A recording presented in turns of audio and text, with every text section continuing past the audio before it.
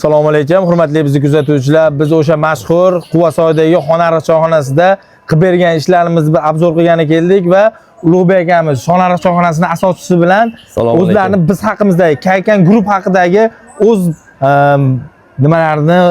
gaplarini aytgani, obzor olgani keldik. Ulug'bek aka, charchami? Assalomu alaykum. Yana bir bor. Assalomu alaykum hammaga. Sizlarni shu Xonariq choyxonasidagi jamiki temirdan bo'lgan narsalarni biz o'zimiz qilib berganmiz. Necha yil davomida bo'lsa, Taxtasini ham mana. Taxtasini ham o'zimiz qilib berganmiz. To'g'ri qilib bersa, taxta polini ham qilib berishadi. Bular professional ustalar.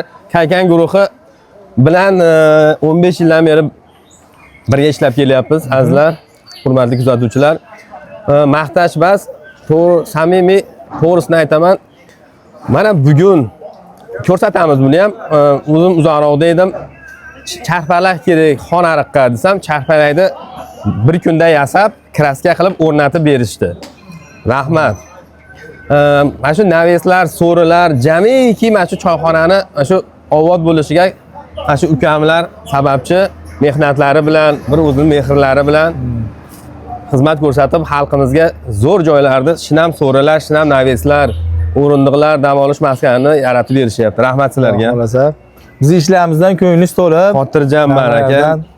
Maqtash ba'zan tavsiya beraman, kimda-kim shunaqa svarka ishlari kerak bo'lsa, mana Kaykan guruhiga murojaat qilsa, uyda o'tirgan joyda ishi bitadi. Xudo xolasa. Muammo bo'lmaydi. Kimga shunaqa sifatli va kafolatlangan xizmatlar kerak bo'lsa, Kaykan guruhiga murojaat qiling. Xonariq choyxonasiga tezda kelib turinglar. Kutamiz hammayni. Sog' bo'linglar. Sog' bo'linglar. Rahmat sizga.